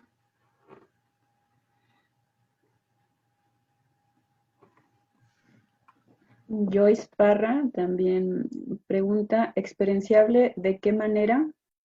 Por la vía de la palabra, por un holding del analista hacia el paciente.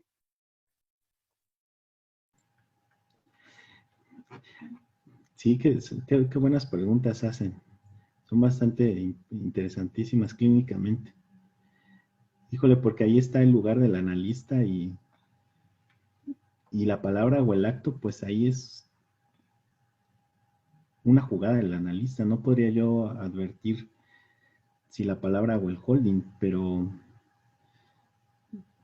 se me ocurre, pues desde esta perspectiva, por ejemplo, de Lacan. No sé si han visto ese video donde narra una de sus pacientes de la famosa palabra del gestapo, del gesto en la piel, ¿no? Que creo que ahí tanta palabrería en Lacan no ayudaba y se levanta y le toca la mejilla con el dedo. Y la paciente narra de cómo ese dolor fue ubicado en otro lugar a partir de ese gesto, ¿no? De la caricia. Yo no podría advertir qué sería ahí la posibilidad ahí. Yo creo que eso sería en una cuestión de analizante-analista, en eso que se juega día a día, ¿no? En ese dispositivo. Pero podría yo inclinarme dentro de un aspecto clínico a advertir que frente a un paciente fronterizo pareciera que el holding pudiese ser la posibilidad de experienciar ese miedo al derrumbe ahí en transferencia más que el campo de la palabra.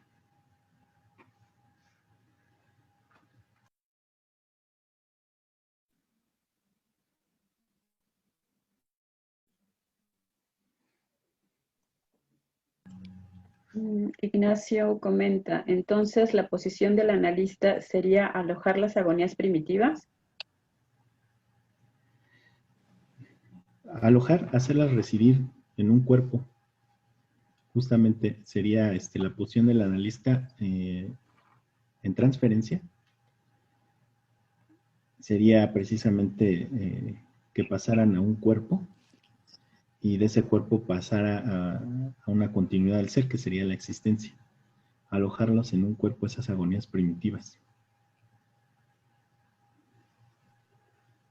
Eric Valencia está solicitando la palabra. Adelante. Hola Carlos, buenas tardes a todos. No, pues solamente hacer como referencia a qué bibliografía nos puedes recomendar para pues adentrarnos un poquito más como en el pensamiento de Winnicott. Ok. Pues lo escribo en el chat. El libro pedestal, como en el cual ya podemos encontrar todo lo referente a artículos inéditos y una traducción pues buena, podría ser El proceso de maduración y El ambiente facilitador haciendo proselitismo de Paidós, ¿verdad? Ya lo escribí ahí. No sé si se ve. El proceso de maduración y el ambiente facilitador. También Gracias. está el texto del sostén e interpretación. Sostén e interpretación también de Paidós. Es otro texto. Y con esos dos textos pienso que pueden hacer un trabajo bastante introductorio. Si se me ocurre otro, ahorita se los digo, pero también está el de Nueva Visión, ¿no? El de Winnicott, Insólito, también Winnicott Insólito, también está de Nueva Visión, también ese está muy bueno, es como un material introductorio. Sí, pero aléjense de esto de los videos de YouTube, porque están muy raros ahí esas cosas, ¿eh? Norma, no sé si querías tomar la palabra. Sí, sí, Carlos, cuando hablabas de mesmerismo, un poco antes hablabas algo de una aplicación de manos directa o cercana, ¿a qué se refería eso? O sea, no pude, o sea, fue como muy rápido y no sé por qué traías eso. ¿Podrías aclararlo? Sí, gracias. ¿Su nombre cuál es? ¿Quién habló? Norma No. Teresa Lima, Carlos. Ok. Norma Teresa Lima, sí. Gracias, Norma. Pues quise introducir un poco allá Mesmer, porque justamente la mirada médica de Mesmer va a combatir pues la medicina mecanicista de su tiempo. O sea, Mesmer estamos hablando de que pues nació en el siglo XVIII, cerca de 1700, 50 relativamente. Entonces, el trabajo de Mesmer es un trabajo en el cual él inaugura la posibilidad de un método curativo a través de la curación del espíritu. Justamente lo que propone el autor Stefan Zweig en su libro La curación por el espíritu, propone ahí a Mesmer como iniciador de esta práctica, que vendría siendo el estado mesmérico o la llamada hipnosis o el estado hipnótico. Pero obviamente que la escuela mesmérica pues pasa a Viena, pasa a Francia, y ya conocemos el trabajo de Charcot a través de la gran hipnosis o el gran hipnotismo de Charcot. Pero a mí se me ocurrió pensar en este encuentro que en un primer momento tiene la madre frente a ese bebé. ¿Cómo se da la posibilidad de que reaccione, ¿no? La madre a esa invocación que hace el niño por medio del bebé, por medio del grito? Entonces estaba pensando que una posibilidad de pensarlo pudiese ser la caricia. La caricia es esta parte que tiene que ver con una relación mesmérica, y voy a poner nuevamente como esta imagen.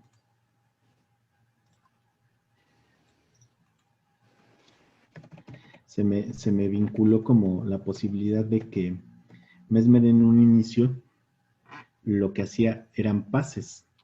Los pases es poner precisamente lo que él llama terminaciones nerviosas, que vendrían siendo las yemas de los dedos, sobre la piel de la persona enferma.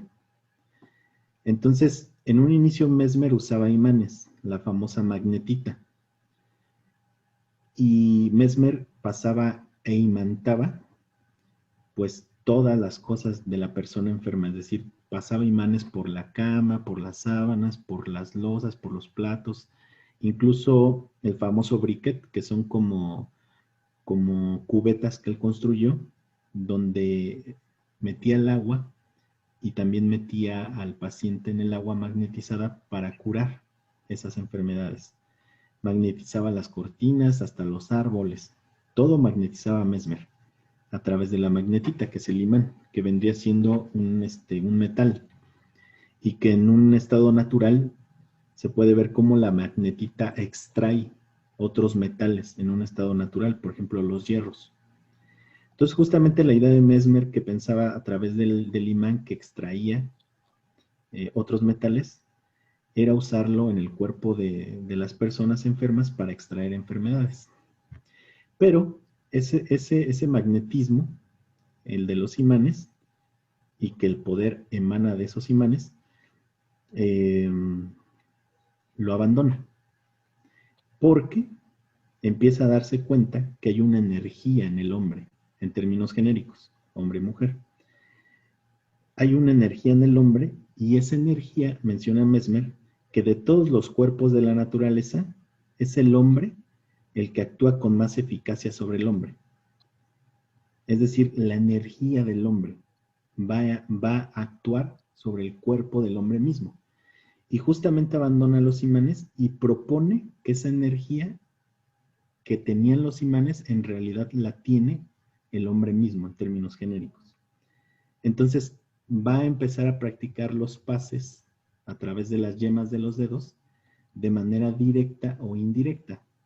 De manera indirecta es la imagen que están viendo en estos momentos, que vendría siendo una distancia de 1 metro, donde aparentemente la energía de las yemas las podía pasar por las extremidades, los brazos, las piernas, el cuello, a partir de 1 metro de distancia, y la otra persona sentía la energía a través de esos pases. Aquí en esta imagen pueden ver como un pictograma ahí dibujado de aparentemente la energía, ¿no? No se ve la energía, pero ahí aparece. Entonces, a mí se me ocurría como vincular la posibilidad de una madre mesmérica en un primer momento.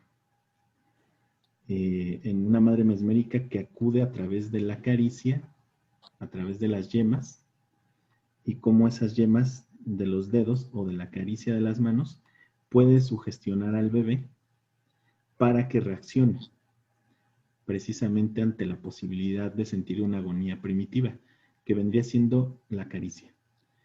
Creo que la caricia que muchos o muchas de nosotros o nosotras recibimos de alguien sin esperar, viene de alguna otra manera a vincular algo, es decir, una relación no material con el otro. En el encuentro, por ejemplo, del erotismo, por ejemplo, se me ocurre, entre dos cuerpos que se besan, tienen una relación coital, hay una relación con la caricia. En ese sentido yo proponía como una madre mesmérica, y pensar precisamente que una madre suficientemente buena practicaría un ejercicio mesmérico al acariciar a través de la energía universal del hombre el cuerpo del infante. Muchas gracias. Gracias. Ha sido una experiencia muy dura, verdaderamente. Gracias, Carlos. Muchas gracias. Hay otro comentario de Quilón Antonio. En estos últimos meses, con la contingencia, me he dado cuenta en la clínica con pacientes la incapacidad para estar a solas, como si la función materna no fuera lo suficientemente introyectada. No sé si las relaciones objetales no sean suficientes para afrontar esta realidad que estamos viviendo, pero sí me aventuro a comentar que la contingencia hizo presente estas ausencias.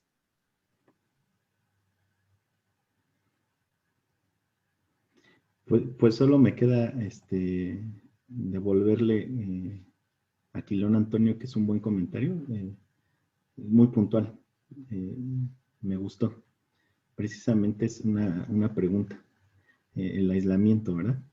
Ante la falta de relaciones objetales, habrá que pensar si estamos, esto puede posibilitar un miedo al derrumbe en muchas personas, que creo que sí. El índice de llamadas por intento de suicidio, el índice de crisis depresivas, de ansiedades inesperadas. Habrá que pensar si eso puede tener un contenido de una agonía primitiva. Al faltarnos esa relación, ¿no? ¿Qué tal que puede ser la alteridad? ¿No? El otro, con mayúscula, ¿no? O sea, la cultura en sí, las relaciones sociales. Muy buen comentario, gracias.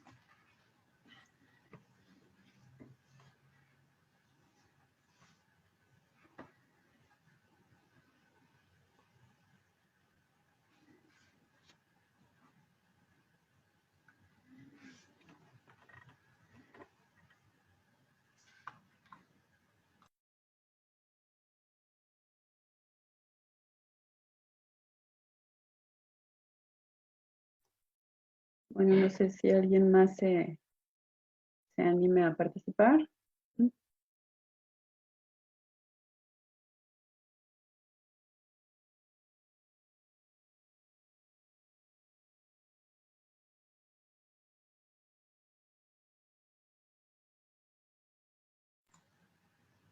Bueno, pues yo creo que vamos a clausurar. ¿No? Antes de que tengamos un miedo al derrumbe, pues clausuramos, ¿verdad?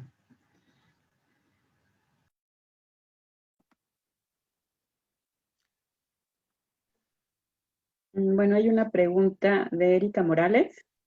¿Los ataques de pánico o ataques de angustia serían una especie de regresión al miedo al derrumbe?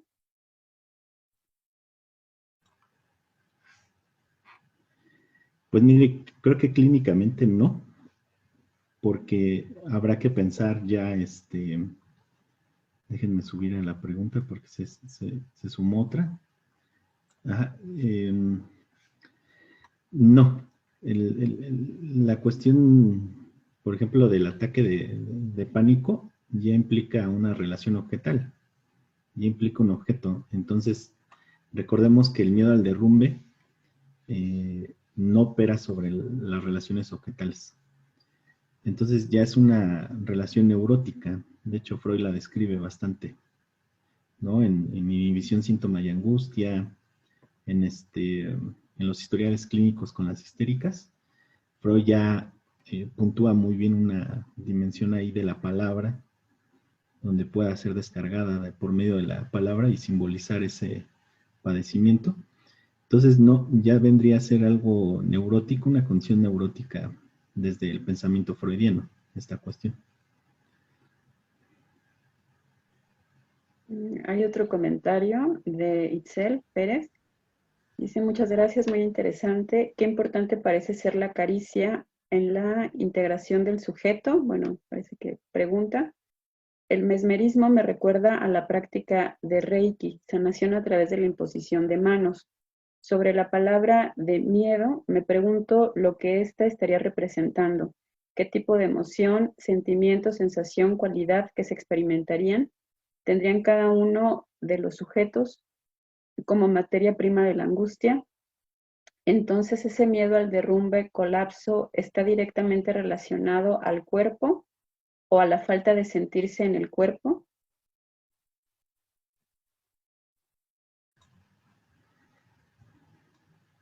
Sí, en un primer momento,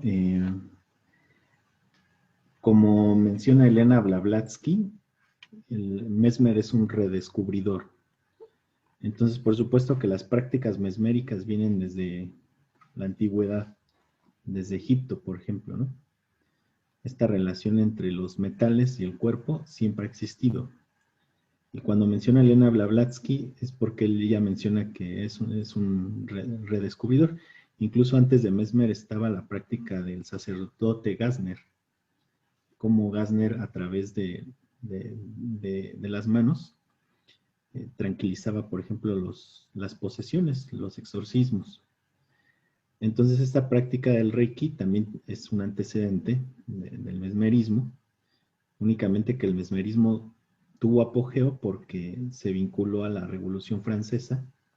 Mesmer ya estaba en Francia cuando estalla la Revolución Francesa y políticamente se quería recobrar, ¿no?, el mesmerismo a partir de la noción de un nuevo sujeto, que vendría siendo el sujeto ciudadano de derecho. Y esta pregunta me parece importante al final, que dice, ¿qué tipo de emoción, sentimiento, sensación, cualidades tendrían cada uno de los sujetos como materia prima de la angustia? Entonces, ese miedo al derrumbe, colapso, está directamente relacionado con al cuerpo, o la falta de sentirse en el cuerpo más bien. Sí, justamente el miedo al derrumbe o al colapso se vincula más con la falta de sentirse en el cuerpo. Porque recordemos que en un inicio habíamos planteado que para Winnicott primero se debe de habitar un cuerpo. El habitar un cuerpo es una posibilidad, es una contingencia, es algo azaroso. No es un cuerpo dado desde el inicio. Estos comerciales donde, no sé si han visto estos comerciales luego de la leche Lala, donde el niño jubilosamente lo carga la mamá y se relacionan, ¿no? Y sonríen, ¿no? Se me hacen una publicidad falsa, ¿no? Diría Winnicott, sería una publicidad falsa porque el cuerpo no es algo dado, ¿eh? El cuerpo es algo que se va a habitar. Y si se puede llegar a habitar es en función de la función del cuidado materno. Por ahí hablarían del deseo materno en otros paradigmas, ¿no? Entonces, en tanto que el cuerpo no es dado, se habita en una posibilidad. Y pensamos, por ejemplo, en esta relación del cuerpo frente al espejo en pacientes con trastornos alimenticios, donde están frente al cuerpo y no se hallan en ese cuerpo. O pensemos en esta cuestión de relatos de mujeres homosexuales o transexuales o travestis en la clínica infanto-juvenil, que he tenido oportunidad de tener adolescentes ya transexuales que están en procesos de cambio hormonales para definirse mujer o hombre. Hablan desde un inicio muy temprano de pararse frente al espejo y decir, ese cuerpo no es mío. Entonces, justamente yo creo que ese discurso ayuda a entender que el cuerpo no es algo dado, ¿eh? Se va a venir a habitar, es una posibilidad.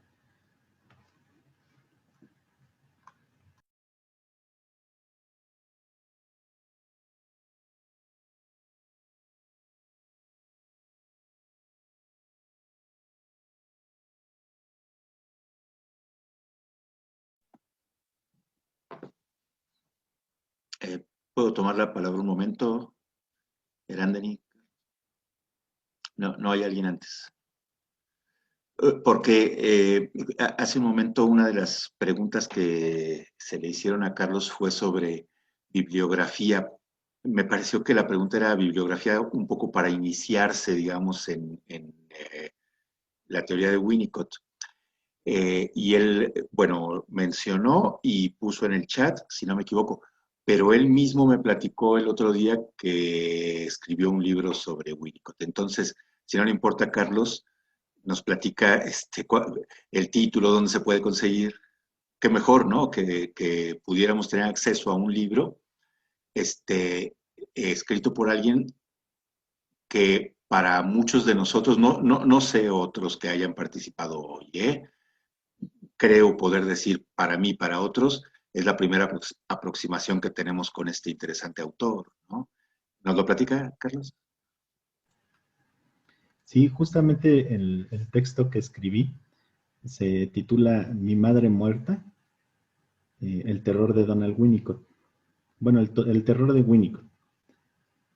Y justamente hablo de esa madre deprivada, hablo de esa madre desvitalizada y hablo de esa madre muerta.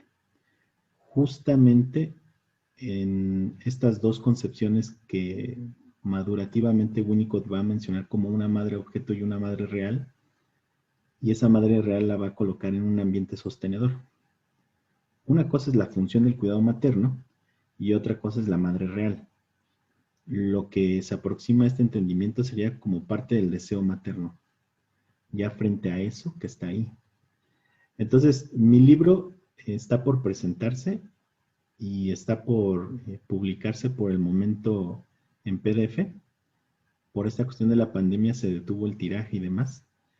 Pero ya tengo yo disponibilidad de derechos de autor para aproximárselo a ustedes por vía PDF.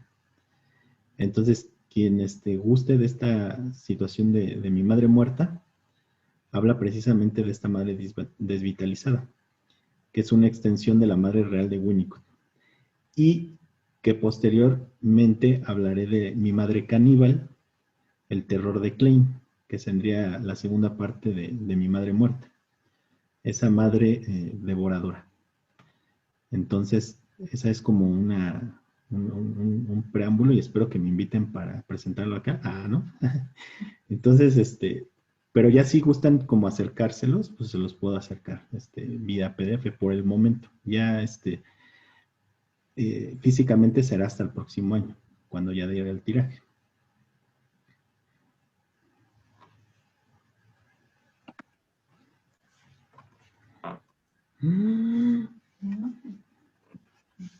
Bueno, no sé si despidamos, yo creo que sí, miren, son 5:45. Sí, Entonces, perdón, nada más, sí, porque preguntan si Erendel. pudiera también informar acerca de las reuniones, me están preguntando tanto del taller como de las conversaciones. Por favor. Claro, con gusto. Bueno, entonces, primero que nada, bueno, pues muchas gracias a Carlos. Fue una presentación muy interesante con muchas preguntas. El hecho de que surjan tantas preguntas y tan interesantes como él mismo lo dijo, nos habla del interés que despierta un autor. A mí me da la impresión, quizá tan poco conocido como Winnicott. Entonces, Carlos, muchas gracias. Fue muy, ¿cómo lo podríamos decir? Muchos temas, ¿verdad? Muchos temas que me dan la impresión de los cuales queda bastante que discutir, cada uno en su nicho diferente. Entonces, cuando Carlos ahorita dice, ojalá me inviten a la presentación del libro, seguro, estaremos en contacto y sería muy interesante hacer una presentación también por este medio, ¿verdad? Si Carlos está dispuesto, pues por supuesto, ¿no? Nosotros vamos a estar encantados de que así sea. Bueno, miren, nosotros tenemos un taller de lectura, se llama Lacan, una lectura bilingüe, lo estamos haciendo desde hace ya muchos años, 15 si no me equivoco. En este momento nosotros estamos leyendo el seminario de Lacan que se llama Problemas cruciales para el psicoanálisis. Nos reunimos quincenalmente los jueves a la misma hora que hoy, de 4 a 6 de la tarde, vía Zoom, a partir de hace unos pocos meses. Como las reuniones son quincenales, en algún jueves que no toca reunión, hacemos este tipo de conversaciones, como la que hoy escucharon. Tenemos un grupo una página de Facebook que se llama así, Lacan, una lectura bilingüe. Ahí pueden encontrar toda esta información, tanto de las conversaciones como de las reuniones habituales de los jueves. Ahí ponemos, se suele poner en qué lección del seminario estamos, etcétera, todo ese tipo de cosas. Y también, por supuesto, se hacen las invitaciones a las conversaciones como la de hoy. Me parece que era eso, ¿verdad, Erendel? ¿No había algo más que tuviéramos que decir? Sí, gracias. Era eso, ¿verdad? Ok, entonces, pues mi agradecimiento nuevamente a Carlos, a las personas que forman parte del taller de lectura y quienes ayudan mucho en que una actividad como la de hoy se pueda hacer. En este caso, por ejemplo, Liliana, que fue quien nos contactó con Carlos, a Erendel por su ayuda, como siempre, al resto de los participantes. Estuvieron hoy Beatriz, Humberto, Norma, no quiero dejar de mencionar a alguien, Itzel, en fin, todos los que somos parte de este grupo les agradecemos. Seguimos trabajando y nos vemos de hoy en 8. Que estén muy bien, hasta luego. Muchas gracias, Carlos. Hasta luego, gracias. Muchísimas gracias, Carlos. Hasta luego. Gracias, muchas felicidades.